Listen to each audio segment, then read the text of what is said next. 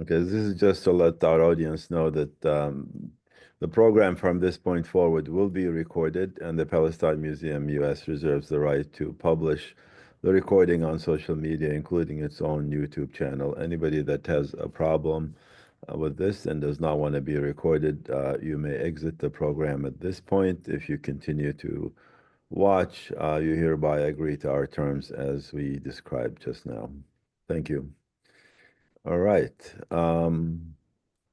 Well, welcome to both of you, Khalid and Sami. Thank you for joining us. Of course, Khalid is the screenwriter of this incredible film, Exception, and his cousin, Sami, who is also with us. Sammy's also the Uh, screenwriter. We're both co-screenwriters. Also screenwriter, you're co-screenwriters, and so this is just an incredible opportunity for us to engage with both of you on the making of this film and the themes that are addressed. This important theme of free speech and the ways in which our institutions are basically throwing free speech, the right to assembly, and academic freedom out the window. Just an incredible illustration of that in this 32-minute documentary. Really excited to be here with all of you in our audience as well, in person there at the museum, as well as on Zoom. So I think perhaps if you guys can give us an idea how you decided to address this subject and why. So why don't I start, Yeah. Sammy, then you can Yeah, go ahead. take it away. So just to clarify, this is not a documentary. This is a fictional film Right. inspired My by true apologies. events, right? Um, so this actually came about from a very organic process. You see, our organization, Open Screenplay, we partnered up with an organization called the M Film Lab, and we share the united goal of helping underrepresented writers emerge and by leveling the playing field. And when we did that with the first writers lab that we did with the M Lab, which focused on Muslim writers, when we leveled that playing field, this screenplay emerged. And this was about 2 years ago. The story for the screenplay emerged by a young Palestinian American writer named Nader Youssef. And when we connected with the story 2 years ago, we knew how incredibly powerful it was, and how incredibly timely it was, and how prophetic it was. And we went, we were honored and given the immensely important and difficult task of, preparing it for production and adapting it in a screenplay version for a short film to be produced. So we knew without a doubt that this was an incredibly important subject that needed to be addressed. And this was far before October 7th. And the story was, if you ask Ned, he'll say it was inspired by Stephen Salaita. I saw that somebody in your chat has commented that he's no longer driving a bus and he's teaching in Cairo. And I'm glad they got that reference, because the reference in the film actually referred to Stephen Salaita and the, incredible sacrifices that he made. Sammy, would you like to? Yeah, no, that's a great genesis story of how the film came about. But Faisal, to address your question more directly, I mean, we wanted to, I mean, we don't have a lot of real estate on the screen with a 32-minute short film, right? So, we really wanted to try to get as much of our point across, which, we really wanted to essentially tackle the idea of suppression of academic freedom, right? And this was before, obviously, this was written in all before October 7th, right? So this was, we anticipated that everyone could feel that there's this buildup of academic suppression happening, and we kept hearing about all these incidents that are happening across colleges, and obviously we've all been sitting there watching anti-Semitism being weaponized to quell dissent or to quiet the vocal critics of Israel. But really, I mean, we really wanted to tackle the academic suppression issue, the weaponization of anti-Semitism, and also show it show the human cost of political censorship. That was really our goal.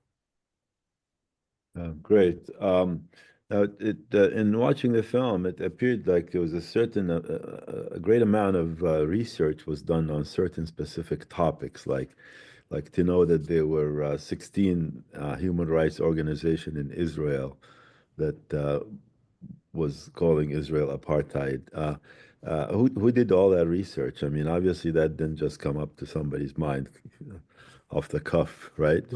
Faisal, I'll tell you a little funny story about this. When I studied computer engineering actually in university, far from screenwriting, Mhm. and we brought Norman Finkelstein to speak at our university. If you've ever seen the video online when Finkelstein is being asked by this young woman about when he makes comparisons with Israel's tactics with that of those of Nazi Germany, and she started crying, and he said, those are crocodile tears. It's a very famous video. Well, we were one of the organizers that I was one of the organizers, and that event had such an impact on me. And I went to my father and I said, look, I want to leave what I'm studying. I want to study political science. And he said to me, look, son, you're Palestinian. Your life is going to be politics. Study something else. So to answer your question, that didn't take much research for us. I mean, the 14 human rights organizations was something that was on the radar for us. We live and we breathe this, unfortunately, every single day. I mean, our company, Open Screenplay, has developers in Gaza. Over 55 members of my mom's family were killed in Israel's genocide.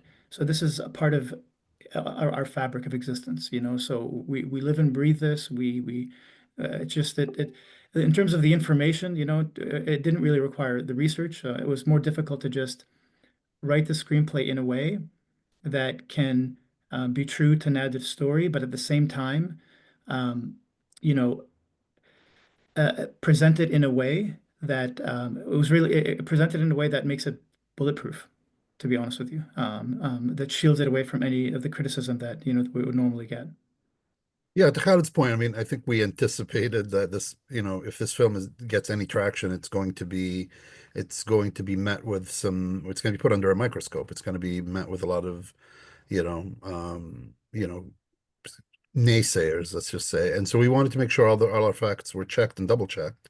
In fact, that's what took us so long I mean, this screenplay was 2 years in writing, just because we were trying to be, there's always this temptation when you're a Palestinian and you feel the brunt of your oppression for so long, that when you get an opportunity to speak out, sometimes you have to resist the urge to want to litigate the whole thing and say everything that you feel.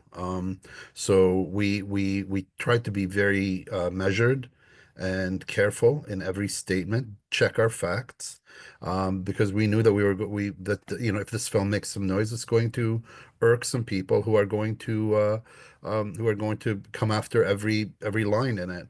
And the thing is with us is, as Palestinians, unfortunately, we don't have the luxury of making mistakes. We don't. The other side does, but we don't. We have to get our facts straight every time. Our opportunities of presenting our point of view are so limited and few and far between. So we have to take those opportunities and be right when we speak. Yeah, and if Thank you. I can just quickly add to Sammy's point, there's a reason why we presented Karim as a professor of psychology, and there's a reason Mhm. why he was preaching. Here's a professor that is preaching, to meet your oppressor with empathy, right? He's somebody that's committed to that view and committed to that nonviolence approach. And just because he stepped on the I word, all hell came down on him. Mm. And here's somebody that is very articulate, very careful, but it doesn't matter, right? It doesn't matter if you touch the subject. And this was before, again, this was written about 2 years before October of 2023. And it just goes to show that it's this kind of suppression that participated to getting us to where we are today, right? If more people were able and allowed to speak out, if this issue wasn't censored, if it wasn't subjected to enormous pressure, then more people would know about it. More people would have already spoken out about it. And who knows what kind of different fate we would be experiencing. We're already getting requests from people to screen the film again, so just be prepared for that.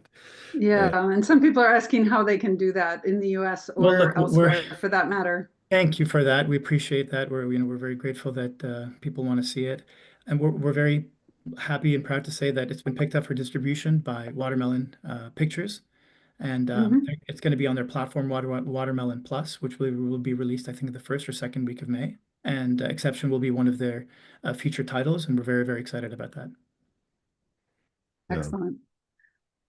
So you said you wrote the screenplay before October 7th. Some people in our audience are wondering how you may have written it differently if you had done it post October 7th.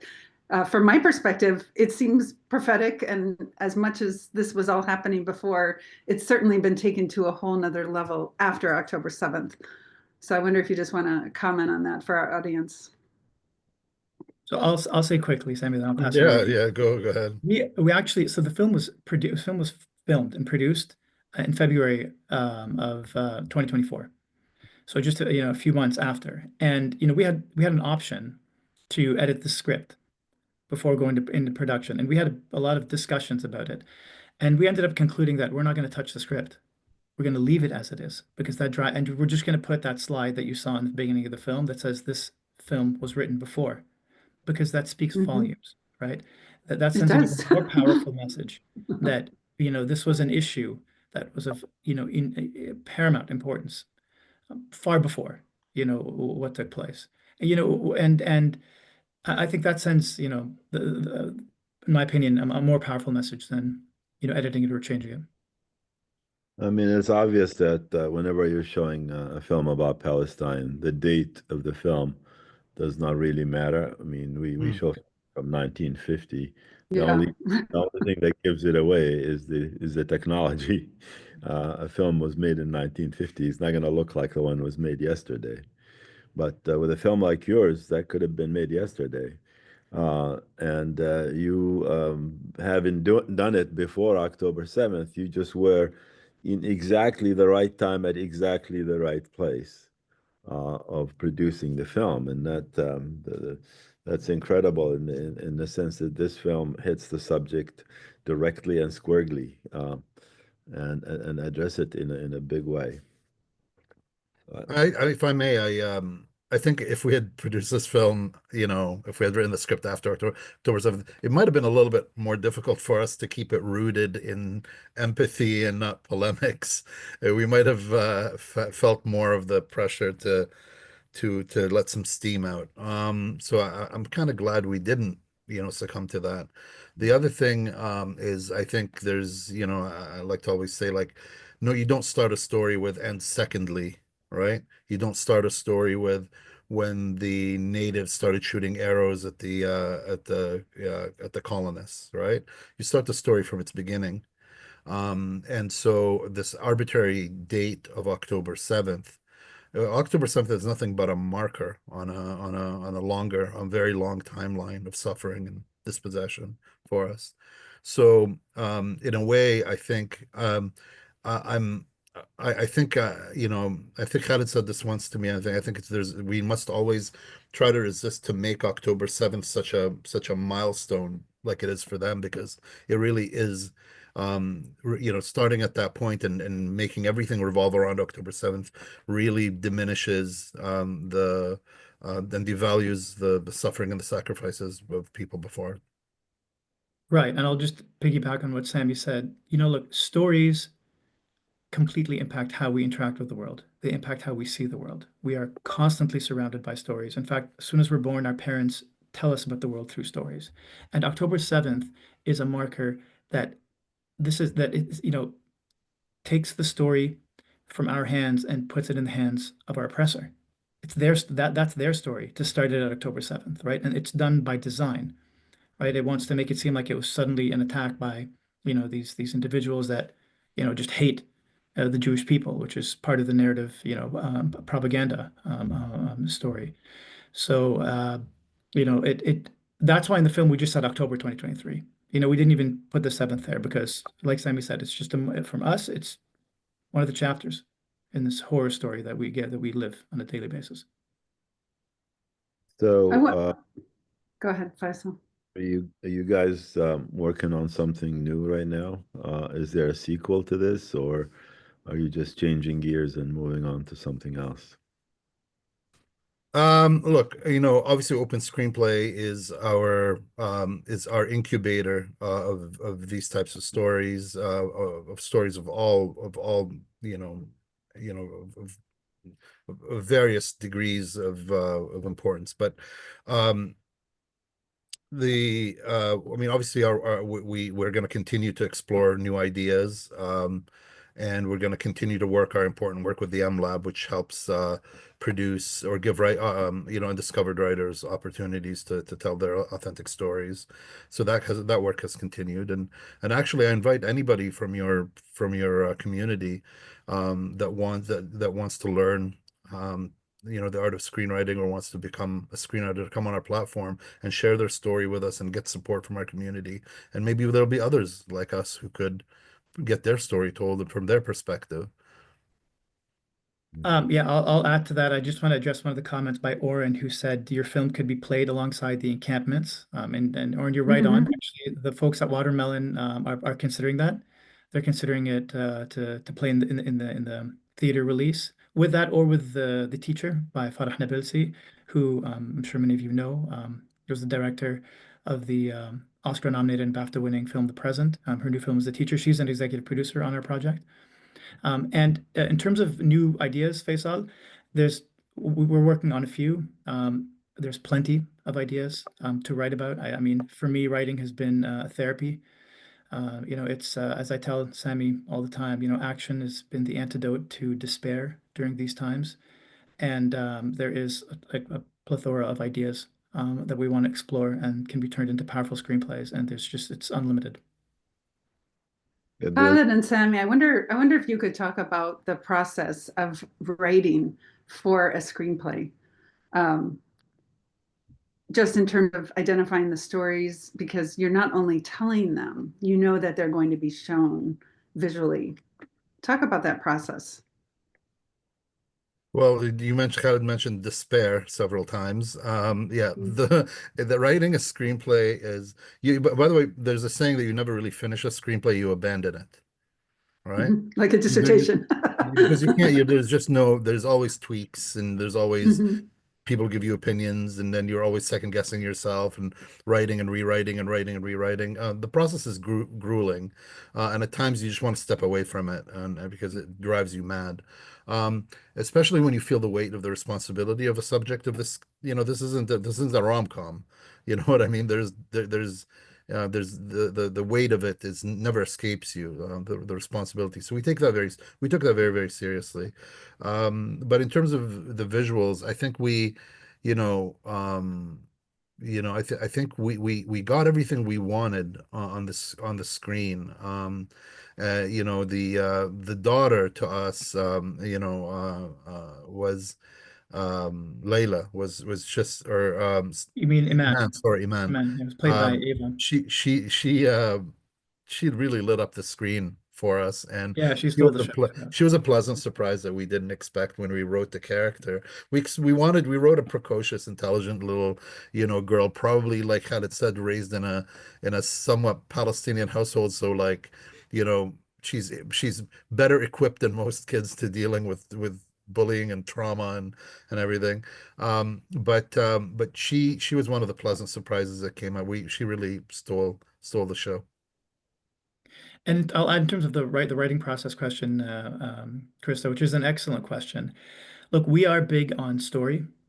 Our platform, Open Screenplay, actually helps writers learn the process of writing a story before they write the screenplay. And we break down story structure. Most people don't know that Mhm. story structure is universal. It's a universal, psychological journey of the main character, the protagonist, going through an ordeal and coming out of it. It's actually something that we all go through. It's incredibly powerful. It comes from the scientific study of mythology, which compares the oldest stories we have on record. And when you look at them, they all have a universal structure, which, I can spend, quite a long time talking about this, but it's important to know this and understand it and master it before you can bring any story to life. And that's the prerequisite to writing a screenplay. That story is key because look, a screenplay, like any other art form, is a way to deliver a message. You have to know what you want to say. You have to know what message you want to deliver, to your audience or to the world. And you can deliver that message through a beautiful portrait, like an art, a drawing, a painting. You can write it technically Mhm. through an essay, or you can deliver it through a screenplay. It's one of the most powerful mediums to do it because it's stories visualized, right? And we regard them as experientially real when we watch them. It's a very enormous responsibility to present messages in the form of film. And we're surrounded, we're in a culture and a world where the industry that does it the most is just looking for profit.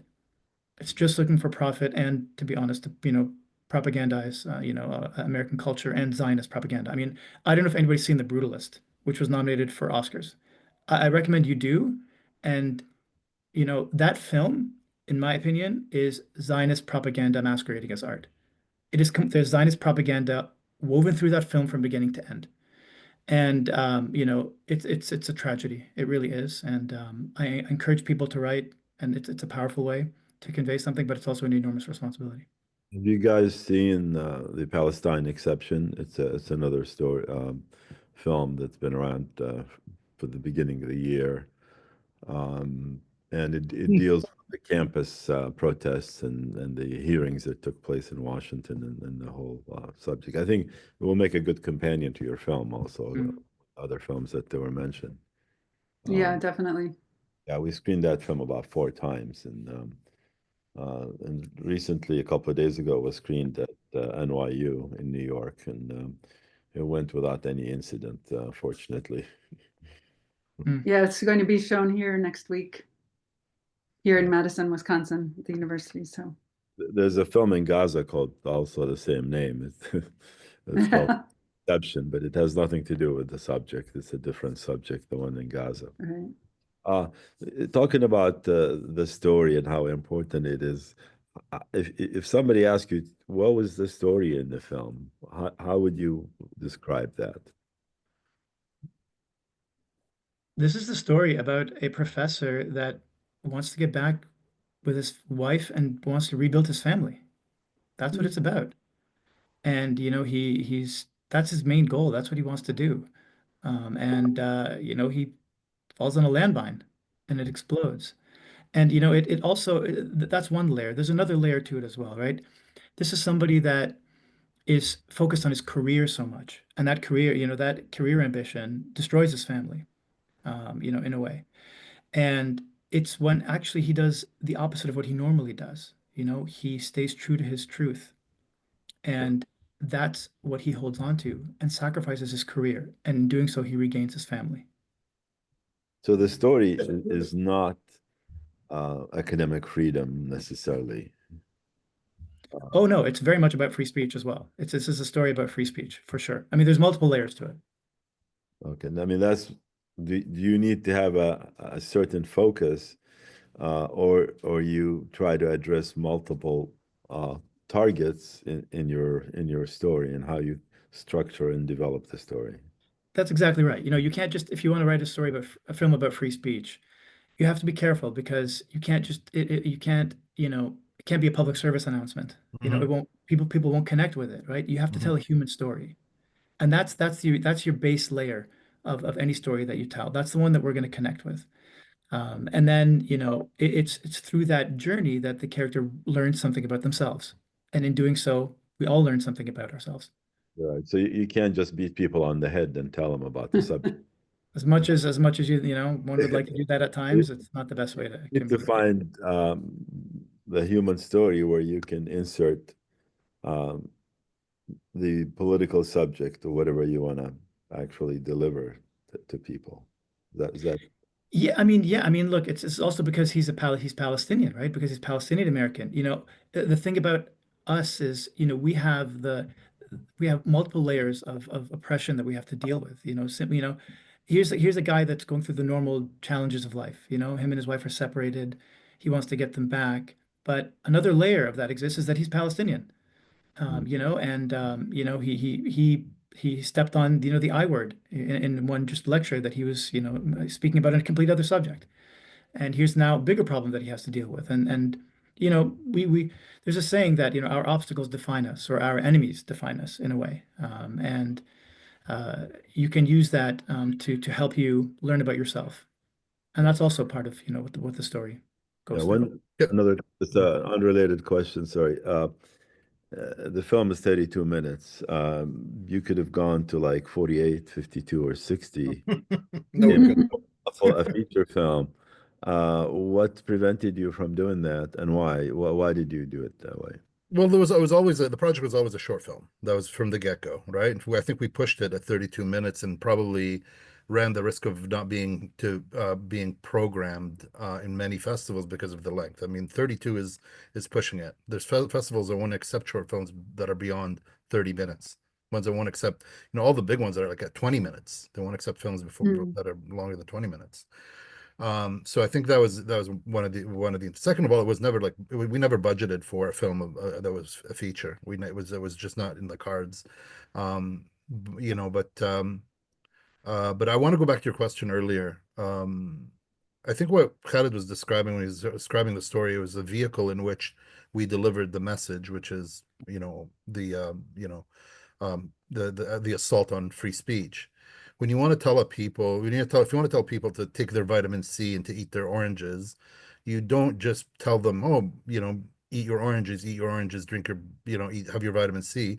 You show a single mother with 3 kids dying of scurvy, and then you realize, oh, that's the human cost of that deficiency, right? So we wanted to. That's to me the story was the vehicle in which we delivered the message that freedom of speech and free speech is fragile, even in free societies, right?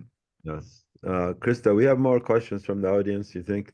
I don't, I've been addressing them as they come up. Unless I missed one, I don't see, but yeah, I personally really enjoyed the way you wove in that individual challenge, the personal challenges that Karim goes through all the way up to the macro level of being a Palestinian and dealing at the institutional level with the restrictions on free speech and all the things that we're now seeing play out in a horrific way where people are being fired, where people are being deported, people are being intimidated and silenced.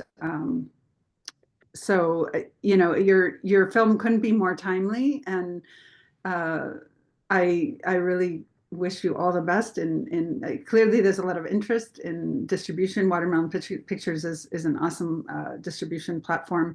I did put the link to that in the chat. Just an incredible organization that has recently popped up to advance Palestinian film and the Palestinian story through film. And you guys did just an incredible job of hitting all those points and showing how the personal is the political and the individual is also at the upper institutional levels. So really appreciate you hitting all those targets so artistically. I mean, Thank you. I think, yeah, thank you for hosting us. And if I just may say, like, I think Khaled and I hope that people take a few things away from the film. Like I said, that free speech is really fragile in free society, even what societies that we consider to be free. That silence is complicity, and it feeds a broken system when we just sit idly by. And honestly, that empathy is a revolutionary act. And despite all of the pressure that you might feel to lose your empathy, you have to retain it because it helps you retain your humanity that way. And if someone is going to treat you with inhumanity, then what better response would be than to show your overflowing humanity, right?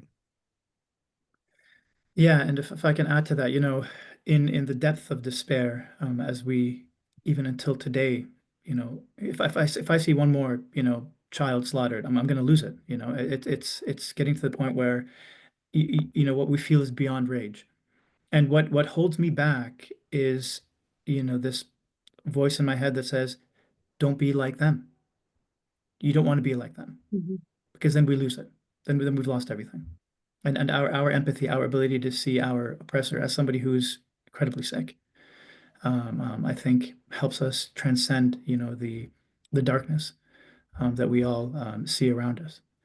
And for those that are interested, by the way, to screen this potentially locally in a local theater, I know there's people from all over the world that have come here, which is incredible. So thank you all for joining from all over the world. Please do reach out to Watermelon Pictures, and if you want to, host a screening, let's say at a local theater, we would love to participate in a question and answer period as well. We also look at this film, Krista and Faisal, as a way to bring our community together in these very difficult times, and show them that we can produce powerful art that can inspire, and that can, convey a powerful message. So we're all going through very difficult times right now, and we're here to support and help, and we hope this film can also form as a rallying point for our community, and uplift them, and inspire them not to be silent, not to be complicit, right? And exception, the title doesn't just refer to, you know, um, Karim and his story refers to us as Palestinians, right? We're the exception to everything, to human rights, to Right. international law, hmm to all the Western values that we were all promised. And it's that exception that has led us to, a crime against not just the Palestinian people in Gaza, a crime against humanity itself. The crimes that are happening there are happening against every single person here on this call. So it is of paramount importance that we stay strong, we unite together, and we speak up. Great. And we can see the ways in which this film really modeled the courage to stand up, speak out, and take risks, like those faculty members in that meeting that were supposed to be disciplinary to actually say, no, we agree with him. And the irony is, like, these are values of free speech and assembly and democracy and human rights. This is all part of supposedly American values that are all being, now people beyond Palestinians are being affected by the Palestine exception, right? And so your film also addresses that and shows the ways in which we all need to stand up and come together. That's why people say we're all Palestinians, right? Because if you address Exactly. the ways in which Palestinians are being attacked, then you're addressing the ways in which humanity is being attacked, as you said so beautifully. So thank you You're so welcome. much That's right. for But doing Palestine that. it's the canary in the coal mine, right? Yeah. Exception, but it's also the canary in the coal mine. It shows what's coming to everybody. Yeah. Thank you, guys. Yeah, people are starting to see that. Khaled and Sammy, thank you so much for taking the time from your schedules to be with us, and of course for creating this very powerful film and allowing us to screen it to our audience. I know our approach is a bit unorthodox in terms of we show it virtually across multiple continents and multiple time zones, and not in a particular movie theater as most of the films are screened. But I think this is a great window on the world. And today we had approximately 250 households watching the film. Wow. We had like 320, 330 registrations. So there's a portion who registered didn't see the film. And usually when we screen the film again, we get more people than the first time, because the people that see the film, they tell other people, and then they want to see the film with them, and they want to show it to their groups and organizations. So hopefully you'll get a lot of a multiplier effect from this screening, and more people are going to end up watching the film.